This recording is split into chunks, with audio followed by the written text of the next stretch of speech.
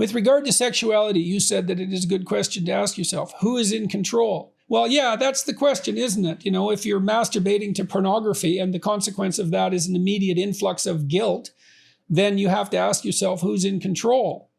And that's a really important question, who's in control.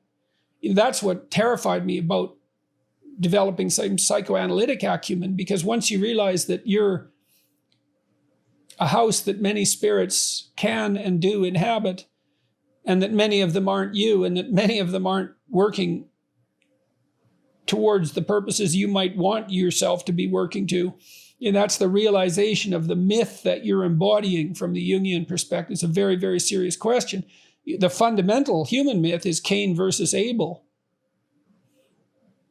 And so who are you? Are you Cain or Abel? Well, the answer is you're both. And then the question is, well, who's got the upper hand? And then the next question is, who do you want to have the upper hand? Is it God and Abel or Satan and Cain? And that's a question that's just as germane to non-believers as it is to believers.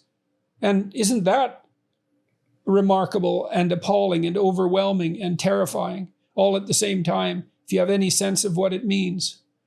So if your behavior is embarrassing you, well, there's only two possibilities, isn't there? You shouldn't be so embarrassed. And I suppose the voice that says yes to all expression of human sexuality would say that your guilt and shame is merely the detrimental hangover of an oppressive patriarchy that's judgmental in its attitudes towards sexuality. Well, yeah, well, what would you use judgment to differentiate if it isn't sexuality? So I don't think that argument goes anywhere. You have to consult your own conscience. Like, I know the conscience can become an oppressive force on its own. That's the indwelling of the great tyrant, you know, and Freud made much of that, a too oppressive superego. And I've certainly seen clients whose expression of healthy sexuality was inhibited by a too rigid superego. That can definitely happen. But that doesn't mean that all guilt about all forms of sexual expression constitutes a superego run amok. I mean, it doesn't take a genius to figure out that there was some relationship between the sexual revolution of the 1960s, which, according to Randy Thornhill, by the way, who's perhaps the world's top biological thinker on this particular topic, Thornhill believed that the liberalism of the 60s was a consequence, at least in part, and in large part, I should say, of the hygienic revolution of the previous 6 decades and more that enabled us to reduce the impact, at least in the West, of infectious diseases. And because we were much less prone to the transmission and receipt of infectious diseases, we could afford to be more liberal by the 1960s. So we got more sexually liberal. And what happened? AIDS. And I say that without prejudice. And what's the most effective means of facilitating the reproduction of a deadly virulent agent and its propagation through the population? Unrestrained sexual behavior. And so that would be a multitude of partners. So sexual shame is there for a reason, and it's not a trivial reason. And it's not just going to go away because we may wave the magic wand and make the patriarchal oppressor vanish. And that's not going to happen either, by the way.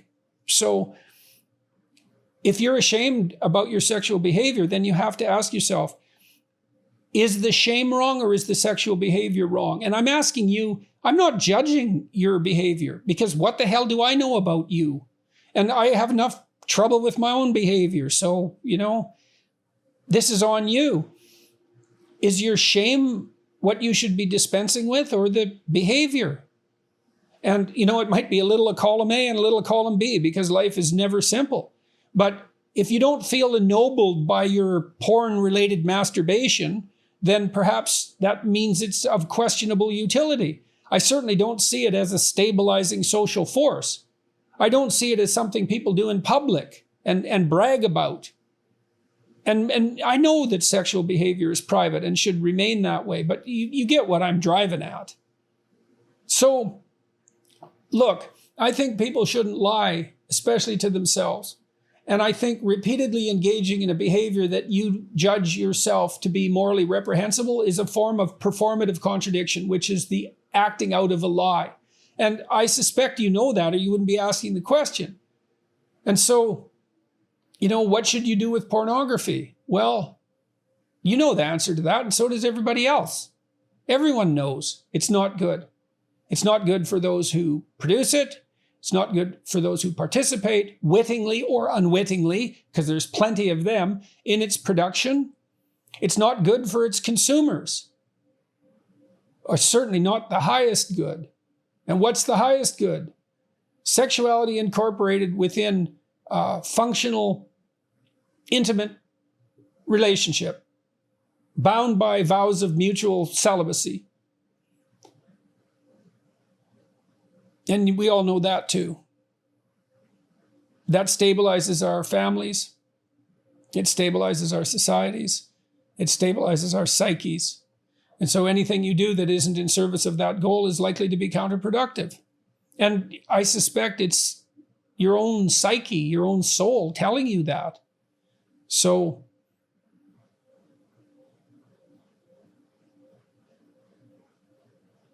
if your sexual behavior isn't an expression of your highest being, then it isn't serving you in the deepest sense. You're serving it. And that's what your shame indicates. So